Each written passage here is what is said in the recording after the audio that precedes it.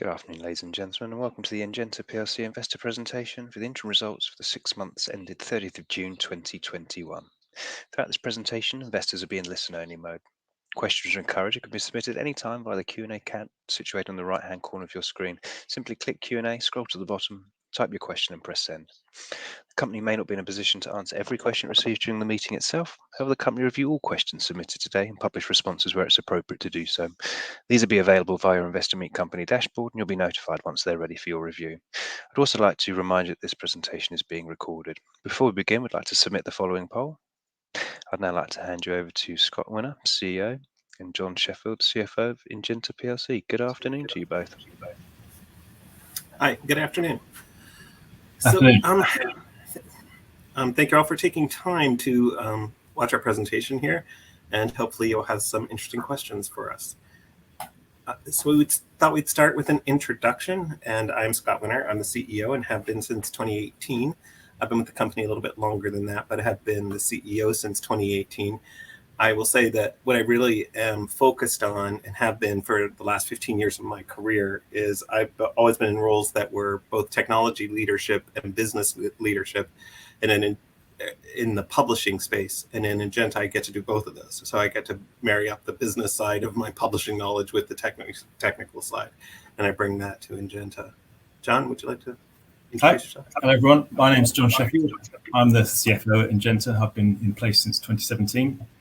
I've got a background in audit and assurance, latterly at PwC, and retail experience and software experience in industry.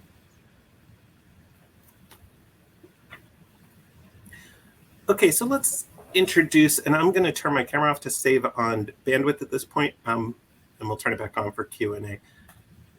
But let me introduce a bit about INGENTA here. So what is INGENTA? INGENTA is really a mission-critical software provider to the publishing sector.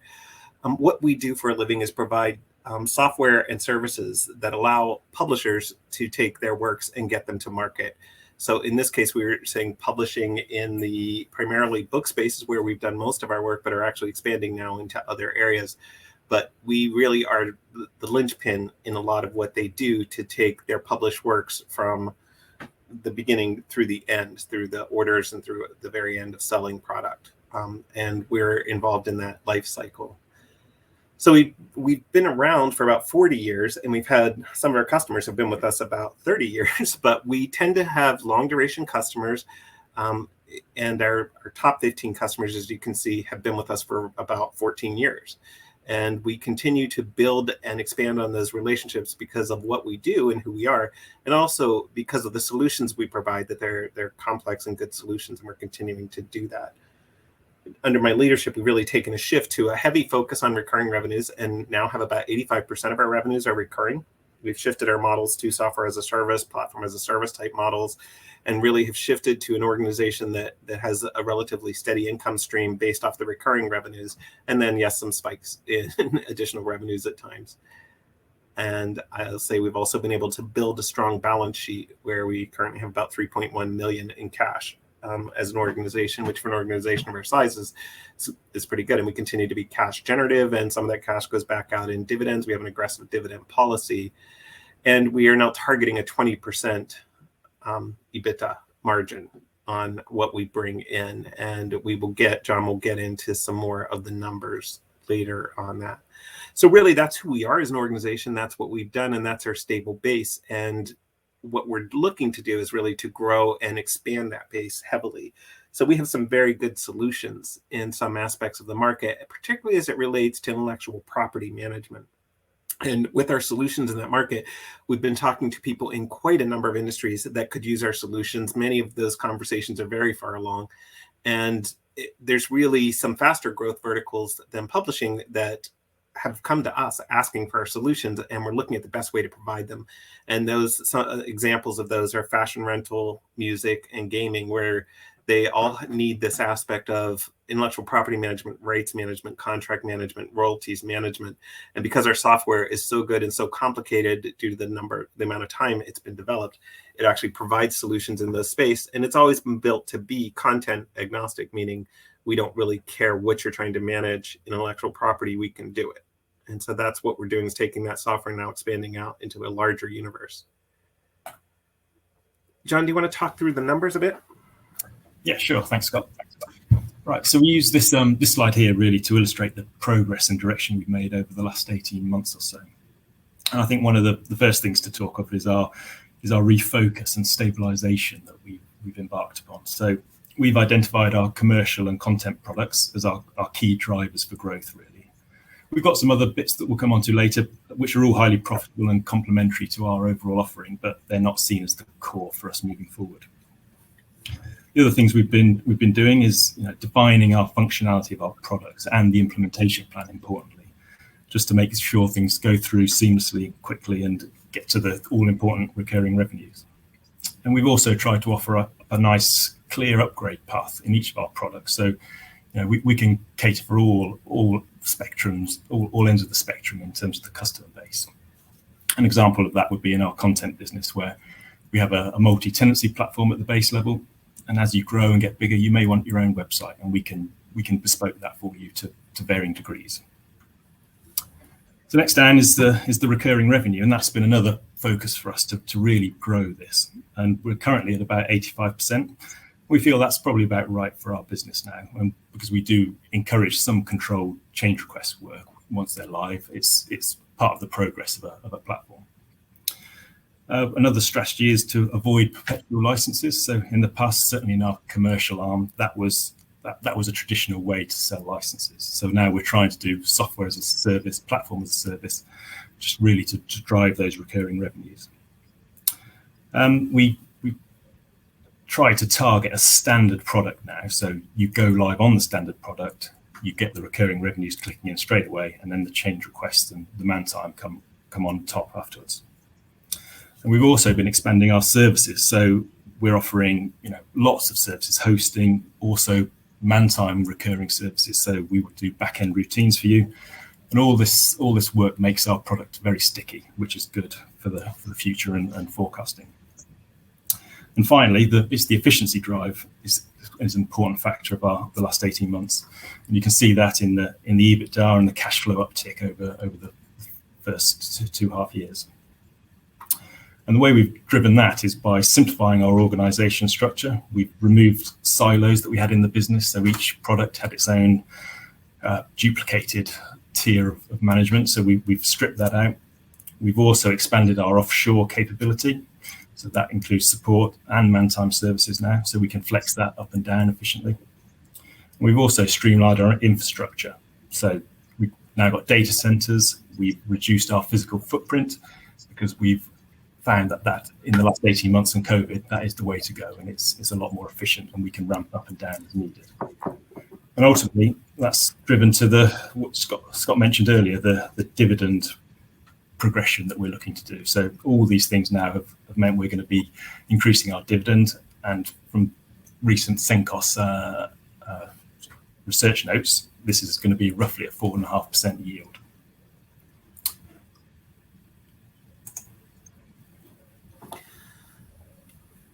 Okay, so I talked a little bit about what we do as an organization. Let me break down what it means when I say we provide mission critical solutions. So what you see there in the middle of this chart is the types of things that people do with us. There's more, and it gets more complicated, but to break it down at the higher level, essentially we're involved with a lot of our customers. When we talk about commercial, we're involved in how they manage orders and process their payments. So literally the customers that we work with don't sell product except through our system. And so we become the central hub for that. So they're 100% dependent on what we do to get their revenues in the door. And we integrate, as a result, we end up integrating with many, many systems at every customer that we deploy to. And that way we become integral to their technological ecosystem, if you will. So they need not only our product, but actually our services that go along with that in an ongoing integration, troubleshooting mode. And so that's why we're able to provide solutions there and services there, but also to continue to have good ongoing dynamic working relationships and high recurring revenues through that hub of managing orders and payment systems. in the middle bubble called product distribution. So we are also involved in product distribution, and this is done through a multitude of ways. So our commercial systems integrate with various ways people are distributing product, whether they be digital, Amazon, warehousing. We get involved in the paper aspects all the way through the digital aspects, up through ebooks, audiobooks, any type of product you might imagine. We manage through our system from end to end and really get it out there into the actual distribution of product. And we also host digital product and share that digital product. Particularly, we do a lot more of that in the scholarly and educational space and the NGO space. But from what we do, we actually we have various websites out there. And if you want to take a look, we can give more information on that in the future about some of the examples of the companies that use our platform to get their product to market through the product distribution. And then the right two sections of it are the sub-licensing media assets and royalty payments. So essentially what our software does is it allows you to manage the process end to end from contracts when they contract with artists, whether that be a J.K. Rowling or whoever they're contracting the intellectual property from that contract through to paying royalties, and actually through the end of the contract and the expiration of the contract, we manage that process for them. It can become a very complex process, and we do it for, like I said, books, and we've done it for books for a long time, but we also do it for audiobooks and various little bits of podcasts and various aspects of different things. And this is just with our publisher base. So what we see here is, these markets merging a bit, and what we have is a way to manage and effectively pay royalties on that. Now, I will say the reason we talk about sub-licensing media assets a lot is because when people buy rights, they normally buy slightly more rights than they need or they will use, and they have the option, and our software helps manage this for them so that they can sell those rights to somebody else or sub-license those rights out. So as an example, if I'm a UK-based company and I have the worldwide rights to a book or a song or a film, then what I can do is but I have no plans to distribute or manage those rights in, say, Asia. I can sub-license those rights to somebody else and have them manage that whole distribution and that piece of it in Asia. And then I actually get paid back a royalty myself. So it's a way to actually generate more income for rights that you're not using, that you actually own as an organization, really maximize the value of their assets. And so that's part of what we do there. But the other thing is we also protect you from doing the opposite, selling the rights to somebody that you don't own, because it's very data driven. So you won't actually do that, or selling them too many times. So if you sold exclusive rights in Asia to somebody else, you certainly don't want to do that again. And it protects you from making mistakes, which are easy to make if you're trying to manage it through spreadsheets and that kind of thing. And it helps really protect the company against lawsuits of that nature. But essentially where we are is unfortunately, we aren't the ones who publish the great works in the world, but we're the ones who enable it. So we live in that hub of allowing publishers to put those great works into the world, whether they be a book or a song or a movie or a game. And we sit in that hub there where we allow them to do what they do. And frankly, most of the publishers, that's mostly what they're concerned with, is putting great works in the world. And so what we do is we enable that, and we try to take as much burden through services off the customers in managing how they do that. And we continue to expand that offering as well. So let me go to the next slide here. And let me talk a little bit about why would companies work with us. And we work with some very large names out in the world. Sage is a good example, Sage Publishing. And there's a case study on this later in the deck for you to review what we do with them. But why do they work with us, and why have they worked with us for 30 years? Because we're experts in this industry. We've been in this industry for a long time. We are an organization dedicated to marrying the technology with what the business needs here, and really providing solutions to their real problems. I mean, it's easy for companies to get in the mode of, we'll buy a generic solution and then figure out how we make that solution work for us. And it's usually quite convoluted. Anyone who's worked in a large company will tell you it's convoluted. There's other processes that they run. There's all sorts of resource impact. But we provide solutions that actually meet their needs to the best extent possible, and continue to work with our customers and partner with them to continue to evolve that, so that we're constantly in this mode of improving our products to meet specifically what they need, not generically what they need. And I think in our case, where this shows up a lot is really allowing them to address their unique business needs and their unique business models, because the world is evolving very quickly as it relates to publishing. And as part of that, we need to evolve, and we evolve with our partners with it. And we've had an approach for the last couple decades, really, of having highly configurable software because we knew of the multitude of needs. And it's enabled us to not only serve the paper world of 30 years ago, but the audiobooks of today. And we can serve those as well, and how those get sold, whether it be a subscription or an individual product or licensed through some digital media for a specific time period, or whatever the case may be. And the same is true across our IP products, that they're actually quite unique now. They get more complicated every day. An audiobook's a good example. You have not only the author, but the person performing the music and the actors and anyone who's actually produced it. And there's all sorts of people who could be involved in getting payment for that IP.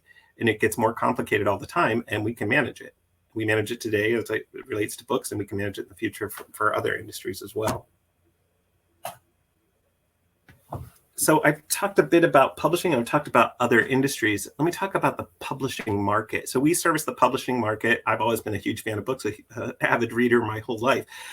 And I'll tell you, the publishing market's been a great market for hundreds of years. It's been an ongoing growing market for hundreds of years. Yes, it took some dips during depressions and that kind of things, but realistically, it's started and continued to expand and has been around as long as any of us can remember, and continues to grow.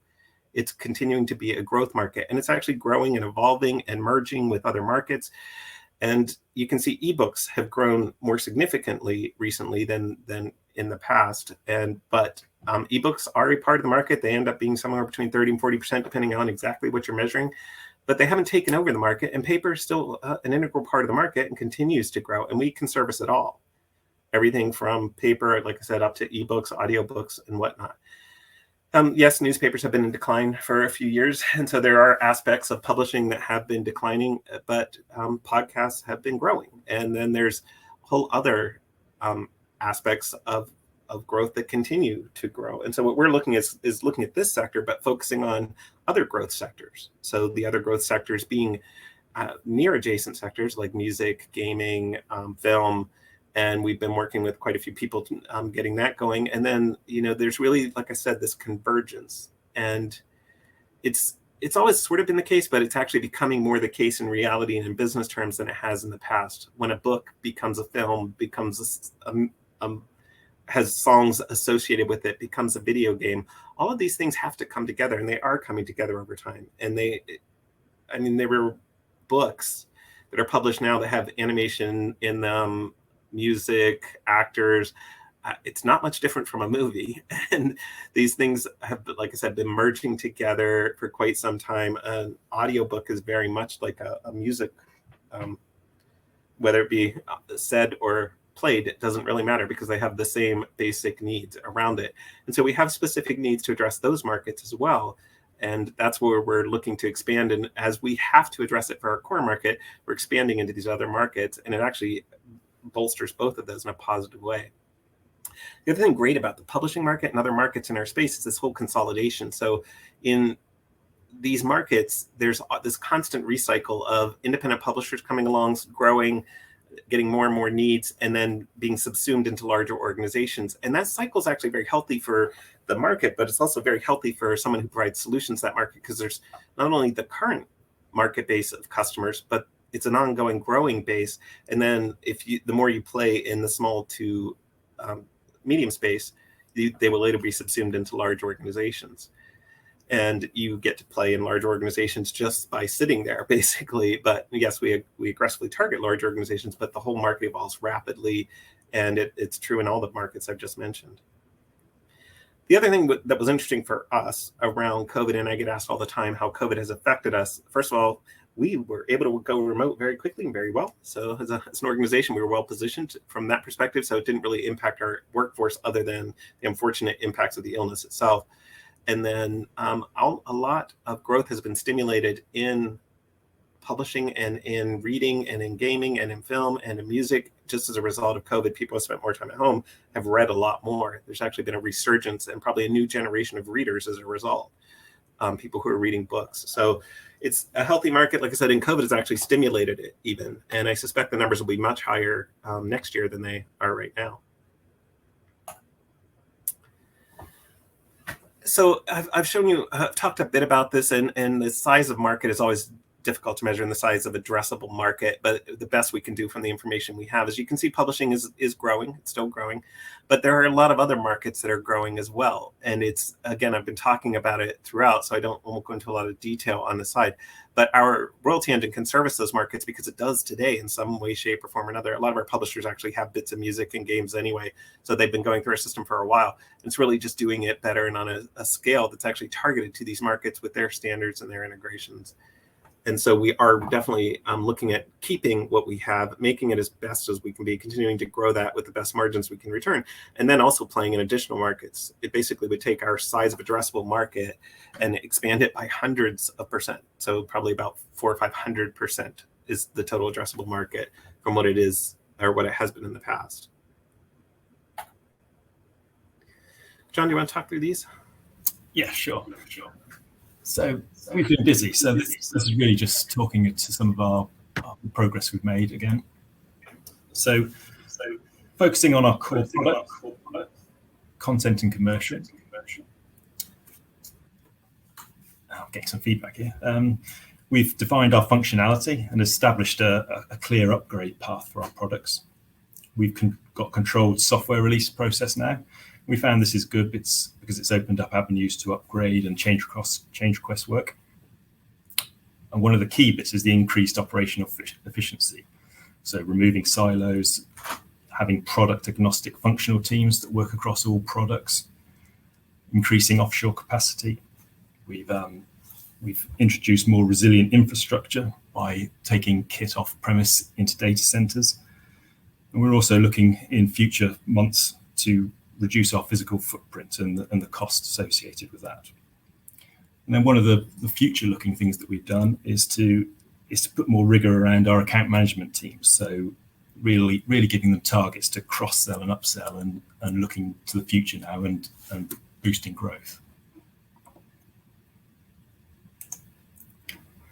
So this next slide is focused on really the future outlook and what we're trying to do next.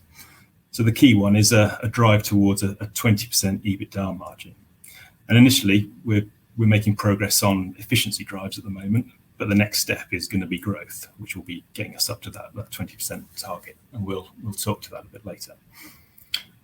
So where have we had success today? I think the key areas within the content business, we've had a lot of success with NGOs and trade associations, and we're looking to really leverage that, use the name recognition and try to drive more sales through in content.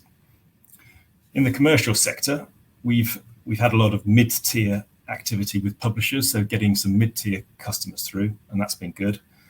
And we're also making progress in expanding our pipeline in the new verticals that Scott's been talking about. So where do we see the growth coming from? I think publishing itself, as Scott's mentioned, is a huge market, and we're a small fraction of that. So there is still plenty of growth to be driven from the publishing market. And we'll show in some of the breakouts later on, we're underrepresented in the US geography. So there's plenty of growth in there, and we've ramped up our sales teams to try and really tap into that key market. And then also the new verticals. So something new to us, not currently exploited within the numbers, is the music, gaming, fashion, all those kind of industries that have similar pain points to those that we've experienced in publishing. And the nice thing is that we use the same software engine for these other markets. It's just a case of changing the interface, what you see, the terminology. So it's quite a relatively seamless progression into those markets. So how do we get there? Really, it's a refocus on our sales and marketing efforts. So in the past, we did a lot of in-person trade events. We're now ramping up our digital processes to really tap into the verticals, get the pipeline moving in those areas. We're also putting more people into our US workforce to get into the bigger markets out there, and also efficient demos. That's another key area, is to be able to show your product seamlessly, quickly to customers, so they get it, they understand it, and you can really get into contract discussions a lot quicker.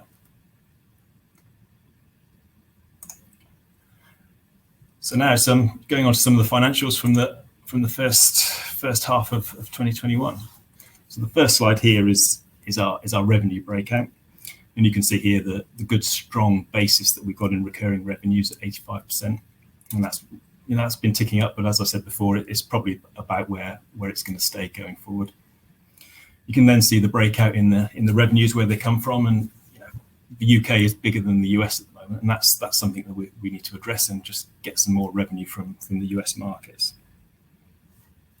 And the last bar chart to the right shows where I was talking about our refocus. You can see here that the commercial and the content parts of the business are by far the biggest bits, and they are the best suited to growth going forward. We've also got publishing services and Ingenta advertising. They're both profitable and they're both complementary to what we do, but we don't see them as being the drivers for growth going forward. And then our income statement, and you can see that we've stabilized revenue at the top, on the top line. You can see in the cost of sales line, you can see that we're driving down the cost there, so making progress in the efficiency of delivery. And then sales and marketing, that's ticked up a little bit, and that's, as I was talking about before, it's really our push to get into new verticals, new markets, and drive the revenue line going forward. And another thing to mention is 100% of our research and development all gets charged through into the P&L. There's nothing in the balance sheet. It's very clean.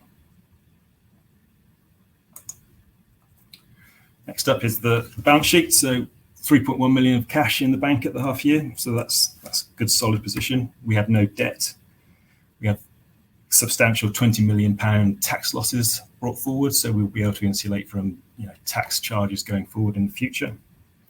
And we've also got a healthy 6.6 million distributable P&L reserve in the PLC parent company, which is basically a part of the factor why we've ramped up our dividend policy going forward. And finally, the cash flow statement for the first half. So here, really, the key is it's the clean progression of profit through to cash. And another nice thing about our software is, as Scott mentioned before, we are mission critical.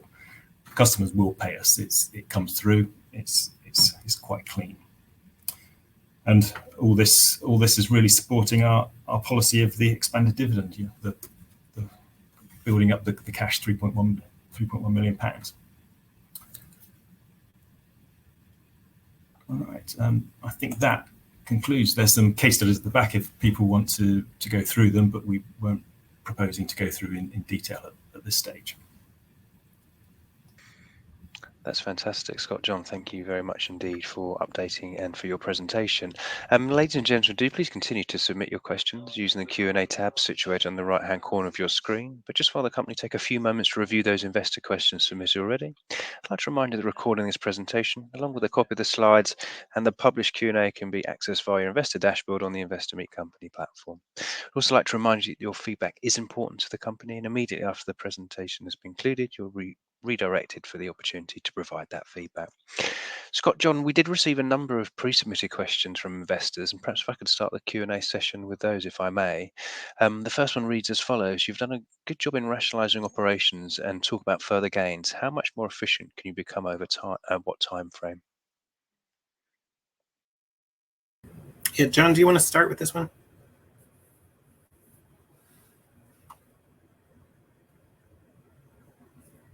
Hello?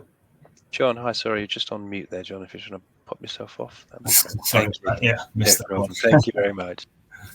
So yeah, I was saying, so based on the current send cost forecasts that are out there at the moment, we're predicting an adjusted EBITDA target of 1.3 million in the current year. So that's about a 10% growth on the prior year. And then going out into 2022, there'll be a 20% growth up to roughly 1.6 million. Fantastic. Thank you, John. The next one we've got here is revenues appears to have troughed. When do you expect them to return to growth? Can you comment on your pipeline of opportunities?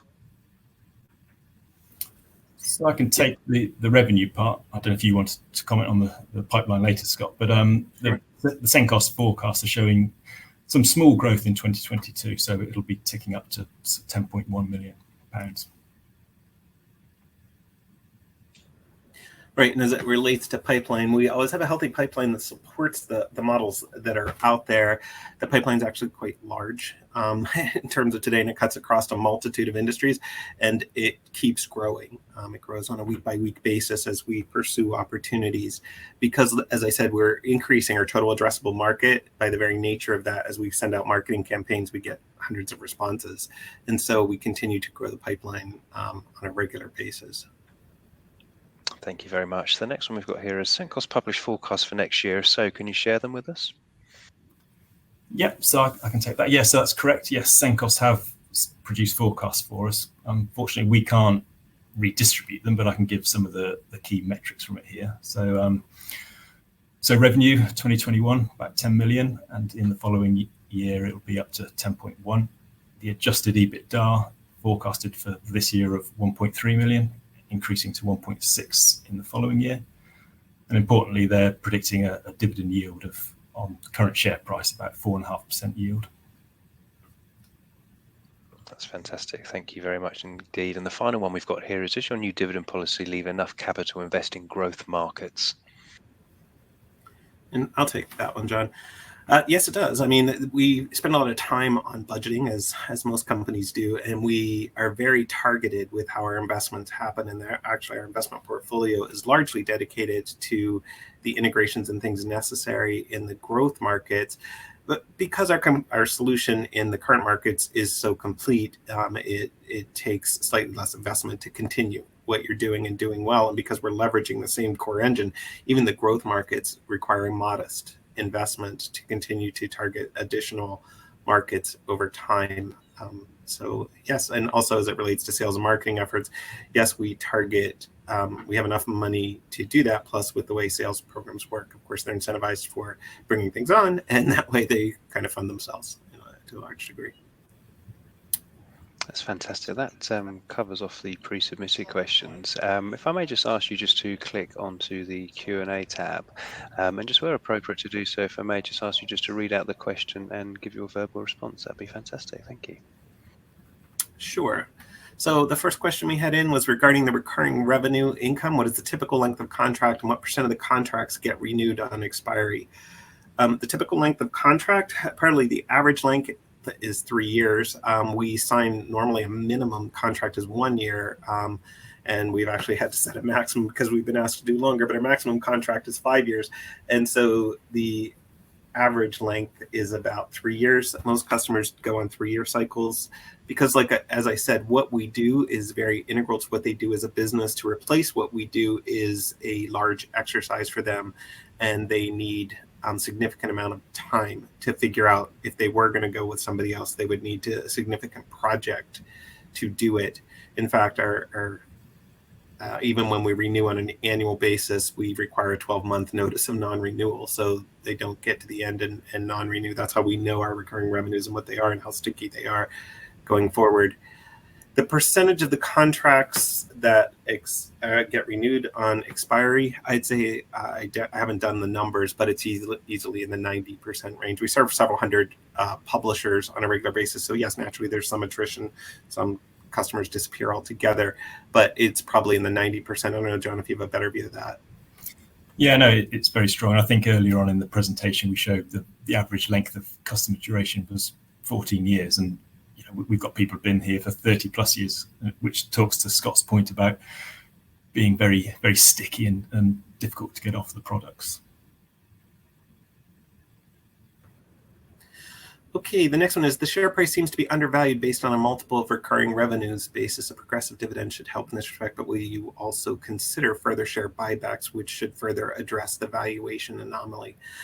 We have considered share buybacks in it. I mean, we've also been asked to actually introduce new stock because of people who wanted to buy significantly more than what was available on the market. So it's always a sort of push-pull here to determine the right approach.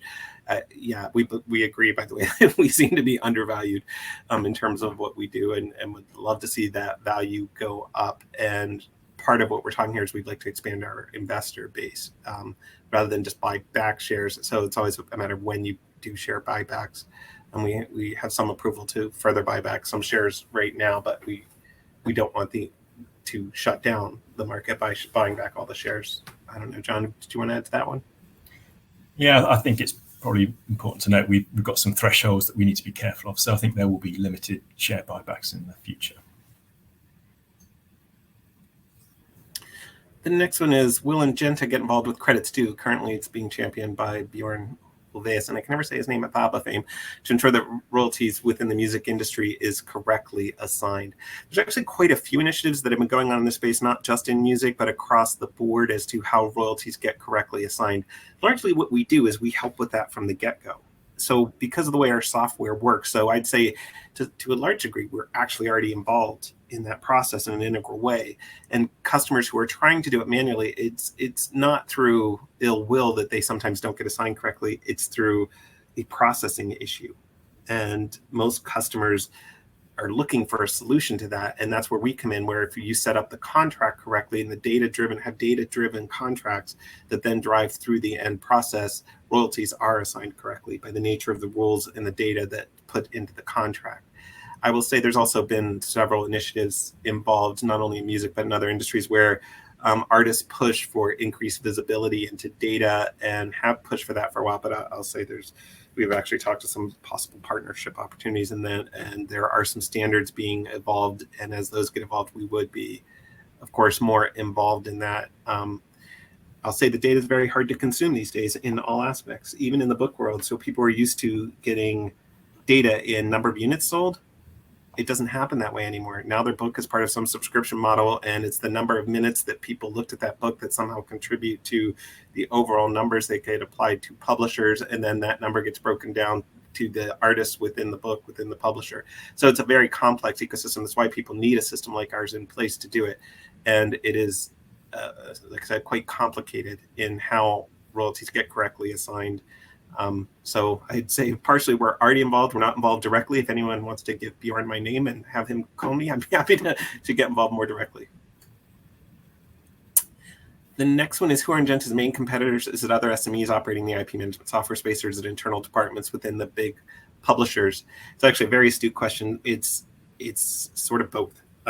There are a lot of little players in various aspects of what we do, and those little players tend to have incomplete solutions. That's where when people see our solution, they see it as far more complete. And it's just basically because we've been building it for 40 years, right? So we have a very complex end-to-end solution that addresses not only the complexities around royalties, but the complexities around product, because product itself is a very complex definition, and the complexities around how a company is structured. So to some degree, even people we could say are competitors to part of what we do, they're actually, we end up in a co-opetition mode where we integrate with their software, because what we do is specific to the industry. So we end up integrating like Oracle, SAP, any ERP out there we've integrated with, any financial module that's out there we probably integrated with it, to really make our software part of the core. And what we're trying to do is make the pieces that don't fit so well in those other models work very well and actually feed the other software appropriately. So we do struggle at times to identify who our specific competitors are. Plus, we cover a broad range of things that is unique in the industry, and others don't have the same portfolio. So it's you also have that aspect going on. The next one, which the adjacent target markets offer the most immediate growth opportunities, and how big is the opportunities? What does success look like?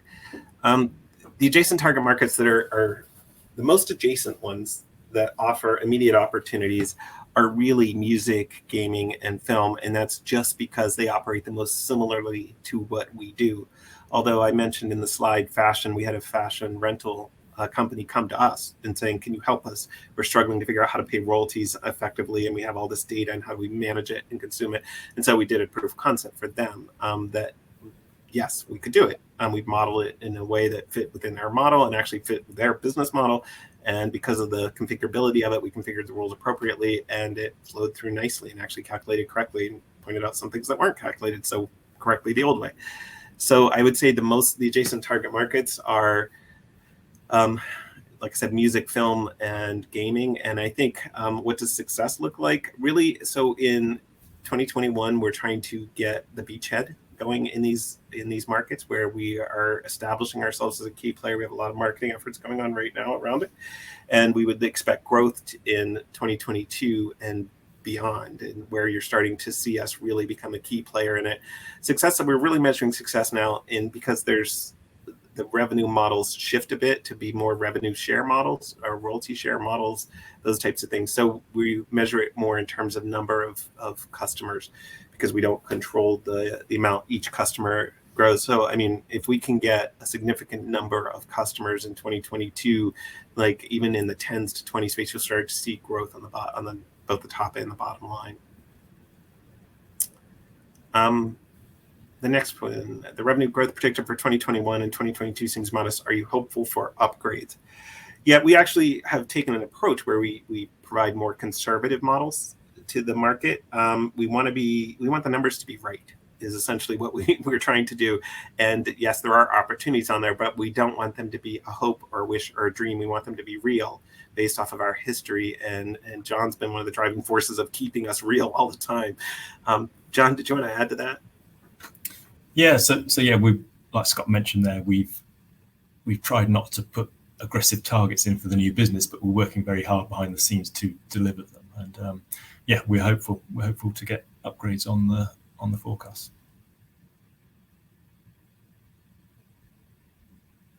So the next one is, you have a great recurring revenue model, which seems to be overlooked by the market. Judging by your market cap, what are the catalysts and milestones you see that will change that?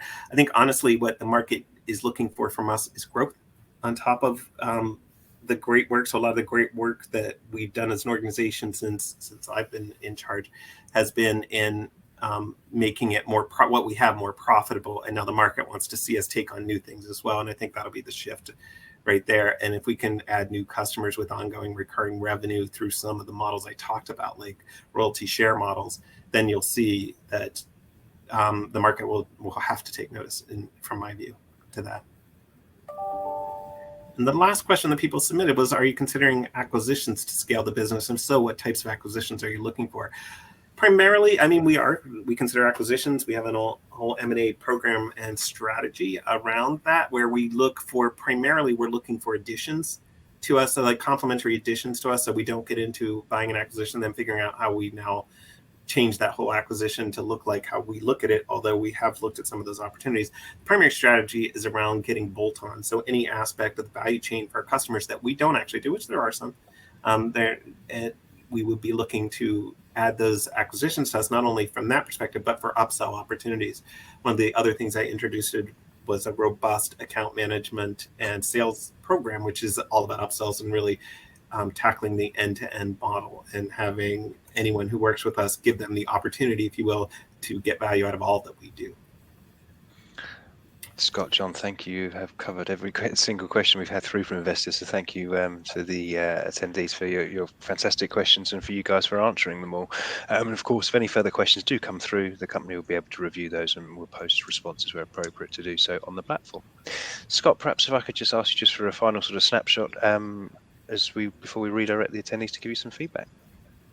Sure. So I would just say this. So we're a company that's been around for 40 years. We have a tried and true track record of production and delivery for our clients. We have developed our software and have been in the technology space for that amount of time as well, and have gone through the evolutions and the cycles and working through various phases of technology for very large to very tiny customers.